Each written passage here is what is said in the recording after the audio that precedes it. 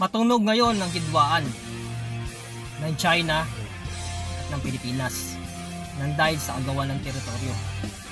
Pero naninindigan ng China na pag-aari daw nila ang mga isla sa West Philippine Sea.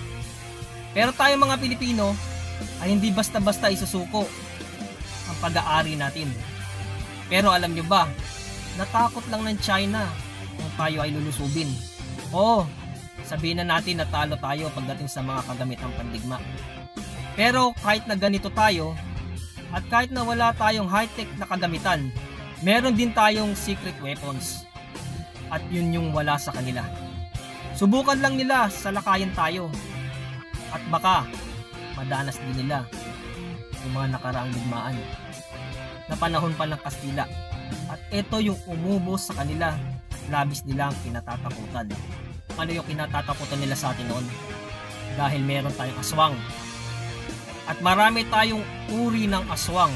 Sama na din natin ang mga mambabarang. Yan ang hindi nila kayang gayahin dahil tayo lang ang bukod tanging merong ganyan.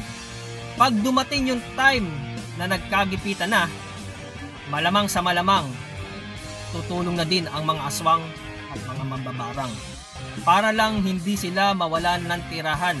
Malay natin, maging totoo nga.